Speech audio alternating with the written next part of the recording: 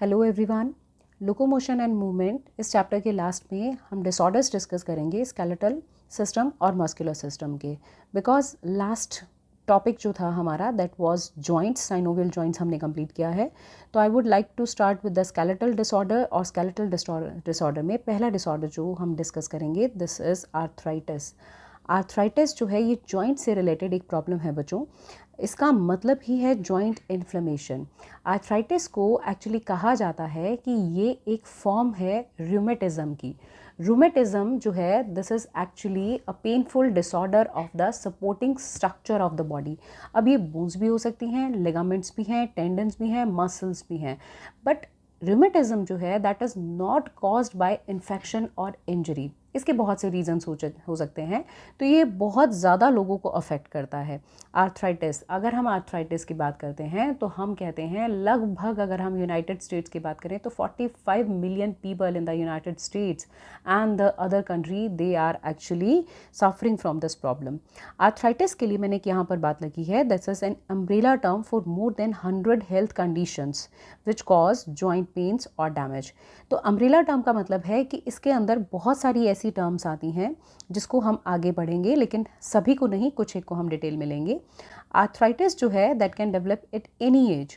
और 3 तरह का आर्थराइटिस है, रूमेटॉइड, ऑस्टियोआर्थराइटिस एंड गाउटी। इसके लिए मैंने एक न्यूमोनिक यहाँ बनाया है कि आर्थराइटिस जो है दैट इज़ हिंदी में हम बीमारी के लिए एक वर्ड यूज़ करते हैं, हम उसे कहते हैं रोग है। तो ROG ये एक न्यूमोनिक है। R for this is rheumatoid, osteo O for osteoarthritis and G for gouty. So I'll take them one by one. एक एक करके हम इन्हें डिस्कस करेंगे। प्लीज़ पे अटेंशन। सबसे पहले we are going to discuss rheumatoid arthritis. Rheumatoid arthritis actually ये एक ऑटो इम्यून डिसऑर्डर है। ऑटो इम्यून डिसऑर्डर ऐसे डिसऑर्डर्स होते हैं जिनमें बॉडी अपनी ही सेल्स पर अटैक करने लग जाती है, जिसमें बॉडी की जो डिफेंस करने वाली, मतलब कि हमारी बॉडी की जो WBC हैं, वो सेल्फ और नॉन सेल्फ में डिस्टिंग्विश नहीं कर पाती हैं, बॉडी के अपने ही पार्ट पर अटैक करते हैं। एक्चुअली यहाँ पर कुछ इम्यून कॉम्प्लेक्सेस बनते हैं जो कि IgM और IgG के कॉम्बिनेशन से बनते हैं। अब ये जो इम्यून कॉम्प्लेक्सेस बनते हैं ये जॉइंट्स पर अटैक करते हैं, और जब ये जॉइंट्स पर अटैक करते हैं तो यहाँ पर इरोजन होने लगता है, क्योंकि यहाँ पर कुछ अदर सेल्स भी एक्टिवेट हो जाती हैं। अब मैं बड़े सिंप्लीफाई वे में आपको ये डिस्क्राइब करूँगी। रूमेटॉइड आर्थराइटिस, जैसे कि मैंने कहा कि ये एक ऑटोइम्यून डिसऑर्डर है और इसमें हो जाता है basically it is characterized by the inflammation of joint which cause swelling, pain, loss of function. ये इसके मेन बातें हैं। आर्थराइटिस जो है इसे हम कहते हैं, ये जो रूमेटॉइड आर्थराइटिस है इसके लिए एक वर्ड यूज़ किया जाता है दैट इट अकर्स बायलेटरली। मतलब कि अगर एक हाथ में रिस्ट अफेक्टेड हो रही है तो दूसरे को अफेक्ट होने के चांसेस भी काफ़ी हैं। प्राइमरी सिम्टम अगर हम रूमेटॉइड आर्थराइटिस की बात करें, यहाँ मैंने आपको डायग्राम से वैसे दिखाने की कोशिश भी की है। रूमेटॉइड आर्थराइटिस का जो प्राइमरी सिम्टम है that is inflammation of the synovial membrane. अब अगर आप यहाँ पर ध्यान दें, ये एक नॉर्मल आपको एक हेल्दी जॉइंट दिखाया गया है। ये देखिए this is the bone, this is the lower bone, और आप जानते हैं कि बोन्स पर आर्टिकुलर कार्टिलेज होते हैं, और आर्टिकुलर कार्टिलेज जो है वो उनका एक दूसरे के साथ जो रबिंग है उसे प्रोटेक्ट करते हैं। रबिंग नहीं होती, बात बीच में साइनोवियल फ्लूइड भी है, इसके बारे में हम साइनोवियल जॉइंट्स में डिस्कस कर चुके हैं। आर्थराइटिस, इस वाले आर्थराइटिस में मतलब रूमेटॉइड आर्थराइटिस में इन्फ्लेमेशन हो जाता है साइनोवियल मेम्ब्रेन में। अगर ये लंबे टाइम तक, जैसे ये आपको दिखाई दे रहा है दिस इज रूमेटॉइड आर्थराइटिस, अगर ये लंबे टाइम तक अनट्रीटेड रहे तो ये मेम्ब्रेन जो है ये थिक होना स्टार्ट हो जाती है और साइनोवियल फ्लूइड जो है वो एक्यूमुलेट हो जाता है। इससे क्या होगा, प्रेशर जो है, अंदर जो प्रेशर क्रिएट होगा उससे होगा पेन, टेंडरनेस। मेम्ब्रेन जो है वो एबनॉर्मल ग्रेन्युलेशन भी यहाँ पर प्रोड्यूस करेगी। एबनॉर्मल ग्रेन्युलेशंस जो प्रोड्यूस करेगी, these granules are known as pannus. These abnormal granulations are known as pannus. मैंने यहाँ पर पॉइंट नहीं लिखा है पर आप अपनी कॉपी में से ज़रूर नोट करेंगे। तो ये जो है पेनस जो है that adhere to the surface of these articular cartilage. और इससे क्या होगा, इससे ये आर्टिकुलर कार्टिलेज जो है धीरे धीरे, आप यहाँ देख रहे हैं ये इरोड होना स्टार्ट हो गया है। और यहाँ पर देखिए ये जो आपको स्पेसेस दिखाई दे रहे हैं, ये आपको दिखाई दे रहा है कि आर्टिकुलर कार्टिलेज जो है बेटा वो यहाँ इरोड होना स्टार्ट हो गया है। अकॉर्डिंग टू मेडिकल प्रोफेशनल्स जो हैं, ये पेनस क्या है, this is basically thin lining which cover the joints. ये इन्फ्लेम्ड, यहाँ पर जो इन्फ्लेमेशन है या जो एबनॉर्मल ग्रेन्युलेशन है उन्हें पेनस कहा जाता है। एक्चुअली क्या है, अगर हम पेनस को कहें तो पेनस के लिए मैंने एक लाइन लिखी है, this is the hallmark sign of rheumatoid arthritis. Pannus जो है that contribute to joint pain and destruction of healthy synovium. Tissue जो है वो स्मॉल अमाउंट में साइनोवियल, नॉर्मल टिश्यू की अगर हम बात करें तो हेल्दी साइनोवियम जो है वो स्मॉल अमाउंट में साइनोवियल फ्लूइड, यहाँ पर बीच में हेल्दी की बात कर रही हूँ, साइनोवियल फ्लूइड सिक्रीट करता है एंड जॉइंट्स को लिब्रिकेट करता है। बट पेनस टिश्यू जो है it produce too much fluid, जिससे कि जॉइंट्स जो हैं, आप यहाँ देख रहे हैं कि जॉइंट्स में इन्फ्लेमेशन हो गई है, बोन इरोड होना स्टार्ट हो गया है, जॉइंट स्वेल हो जाता है। अब ये बोन इरोड क्यों हुआ है, क्योंकि ये जो फ्लूइड ज़्यादा सिक्रीट कर रहा है ड्यू टू एबनॉर्मल ग्रेन्युलेशन, तो इस फ्लूइड में कुछ डैमेजिंग प्रोटीन्स भी होते हैं जो कि जॉइंट्स के कुछ टिश्यूज़ को इंजर्ड कर देते हैं। पेनस सेल्स जो हैं वो ऐसे एंजाइम भी सिक्रीट करती हैं जो कि कार्टिलेज को खा लेते हैं। हाँ yes, actually they eat cartilage. तो यहाँ पर मैंने तभी कहा इस पेनस को कैरेक्टरिस्टिक आप एक फीचर माने, पेनस जो है एबनॉर्मल ग्रेन्युलेशन। इसके अलावा आप इस बात को भी याद रखेंगे कि कार्टिलेज जो है वो धीरे धीरे डिस्ट्रॉय होना स्टार्ट हो जाता है और कई बार कंप्लीटली भी ये ख़त्म हो जाता है। और जब कार्टिलेज डिस्ट्रॉय हो जाता है, फाइब्रस टिश्यू ज्वाइन हो जाते हैं, बोन्स के एंड्स एक्सपोज हो जाते हैं, फाइब्रस टिश्यू ऑसिफाइड हो जाता है, जॉइंट्स फ्यूज हो जाते हैं and literally they become immovable, move नहीं कर पाते। Ultimately crippling effect of rheumatoid arthritis आने लगते हैं। Growth and the granulation tissue cause the deterioration of the fingers, जहाँ पर ये हुआ है कैरेक्टराइज हैंड्स। और यहाँ पर एक्चुअली ये कहा जाता है कि जो रूमेटॉइड आर्थराइटिस है, इस तरह का जब बॉडी की सेल्स, इस तरह के आर्थराइटिस में जब बॉडी की सेल्स अपने ही सेल्स के अगेंस्ट सिक्रीट करने लगती हैं कुछ केमिकल्स लाइक साइटोकाइनिन, तो उसकी वजह से यहाँ पर ऑस्टियोक्लास्टिक एक्टिविटी भी इंक्रीज़ होने लग जाती है। What is osteoclast? ऐसी सेल्स जो बोन रीजॉर्प्शन करवाती हैं, मतलब कि बोन को डीमिनरलाइज करती हैं। इससे कि बोन इरोजन होगा, हार्ड हो जाएगा, इमोबाइल होगा, जैसे कि मैंने अभी कहा। लेटर ऑन अगर हम रूमेटॉइड आर्थराइटिस की बात करें तो ऑस्टियोपोरोसिस के रिस्क भी इंक्रीज़ हो जाते हैं, बोन वीक हो जाती हैं। लेटर ऑन लंग और हार्ट डिसीजेस भी इस केस में रिपोर्ट की गई हैं। अगर रिस्क फैक्टर्स की अगर हम बात करें तो फीमेल्स के लिए I will say that females are more susceptible. कुछ जेनेटिक रीज़न भी होते हैं, ओबेसिटी भी एक रीज़न दी जाती है। So this was about rheumatoid arthritis. Next type का आर्थराइटिस जो है that is osteoarthritis. Osteoarthritis, this is the degenerative joint disease. ये बोन्स की वो डिजीज़ है जिसमें डीजनरेशन होता है।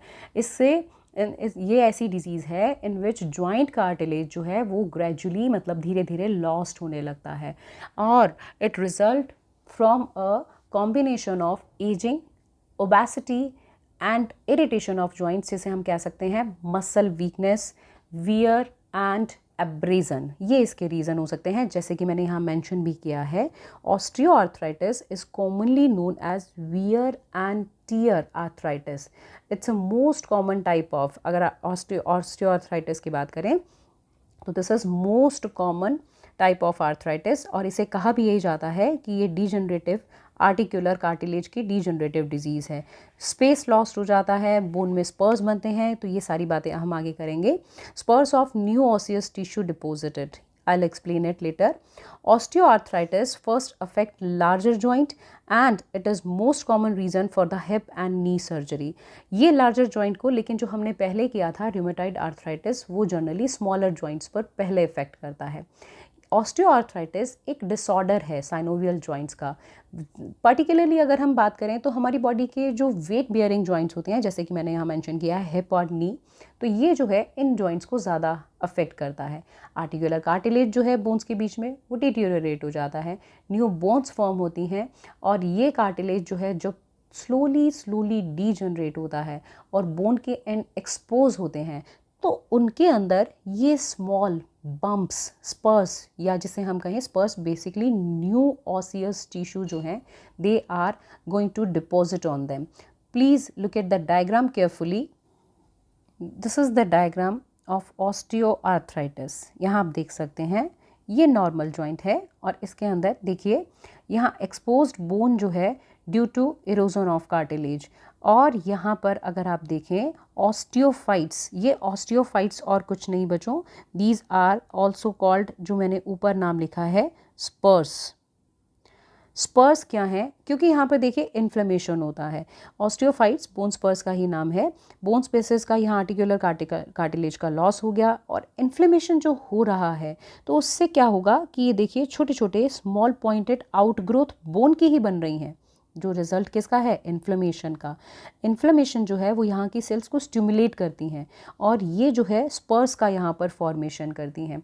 बेसिकली यहाँ पर जो स्पर्स बन रहे हैं ये क्या करते हैं, तो आप बताएंगे कि स्पर्स जो हैं they decrease the space of the joint cavity, और साथ ही में जो जॉइंट की मूवमेंट है उसमें थोड़ा सा रिस्ट्रिक्शन कर देते हैं, उसे कम कर देते हैं। रूमेटॉइड आर्थराइटिस जो है, जो भी हमने डिस्कस किया, ऑस्टियोआर्थराइटिस जो है affect mainly the articular cartilage. Although जो साइनोवियल मेम्ब्रेन है ओफन बिकम्स, यहाँ पर भी हम कहते हैं कि वो इन्फ्लेम्ड हो जाती है। अगर हम इनके आगे अगर हम देखें तो ये जनरली, जैसे कि मैंने कहा, कि लार्जर जॉइंट्स को डिस्ट्रॉय कर। क्या आप जानते हैं कि जो सबसे ज़्यादा नी या हिप सर्जरीज होती हैं उनका जो मेन रीज़न है वो ये ऑस्टियोआर्थराइटिस ही है। इसके भी अगर हम रिस्क फैक्टर्स की बात करें तो हम कहेंगे ओबेसिटी जो है एज के साथ साथ भी ये हो जाता है, फीमेल में ये ज़्यादा कॉमन है, और अगर कोई फैमिली हिस्ट्री है, और ऐसे केसेस में फैमिली हिस्ट्री में अगर ये है तो आगे जनरेशन्स में हो सकता है।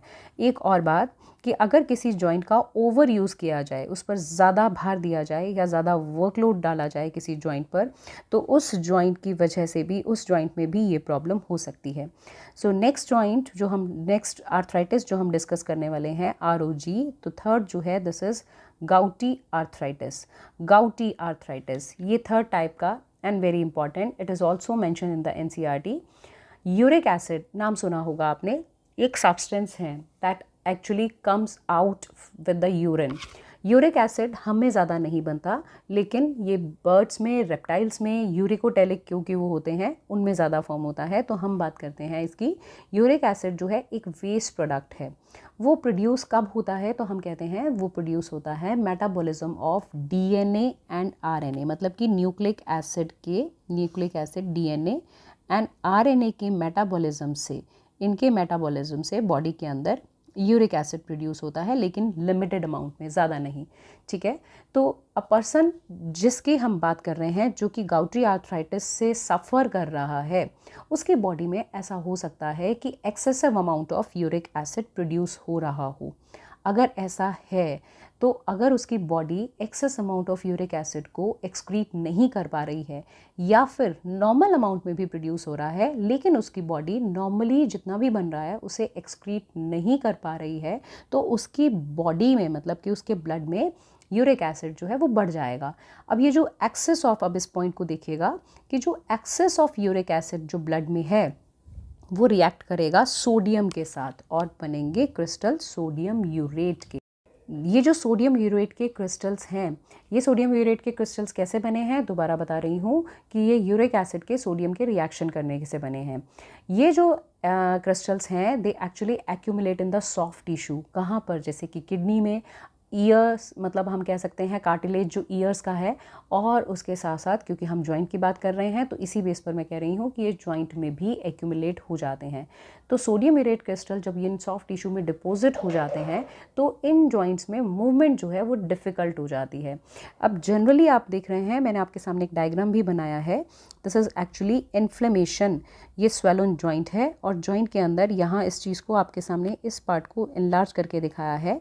Elevated level of uric acid in the blood, जो क्रिस्टल डिपॉजिट है वो जॉइंट में आपको दिखाए हैं, टेंडन्स में और सराउंडिंग टिश्यू में ये डिपॉजिट हो जाते हैं और क्रिस्टल इरिटेट करते हैं, कार्टिलेज को इरोड करते हैं, इन्फ्लेमेशन कॉज करते हैं, स्वेलिंग आ जाती है और काफ़ी पेन भी होता है। क्रिस्टल जो है इवेंचुअली लेटर ऑन धीरे धीरे ये पूरे जॉइंट को डिस्ट्रॉय कर देते हैं। अगर ये डिसऑर्डर अनट्रीटेड रहे और जो अगर अनट्रीटेड रहा लंबे टाइम तक, तो एंड ऑफ आर्टिकुलर बोन जो है वो फ्यूज़ हो जाएंगी और जो जॉइंट है, और ये जैसे कि आप ये जो जॉइंट देख रहे हैं, that will become completely immovable. तो अगर हम इसका पेन रिलीव करना चाहते हैं तो there are some medicines which are available, ठीक है, उन मेडिसिन को लेकर पेन को रिड्यूस किया जा सकता है। And this is the third type of arthritis. तो आज के लेक्चर में हम आर्थराइटिस को हमने कंप्लीट किया है। बहुत इंपॉर्टेंट टॉपिक है, प्लीज़ इसको अच्छे से कीजिएगा। Thank you and have a nice day.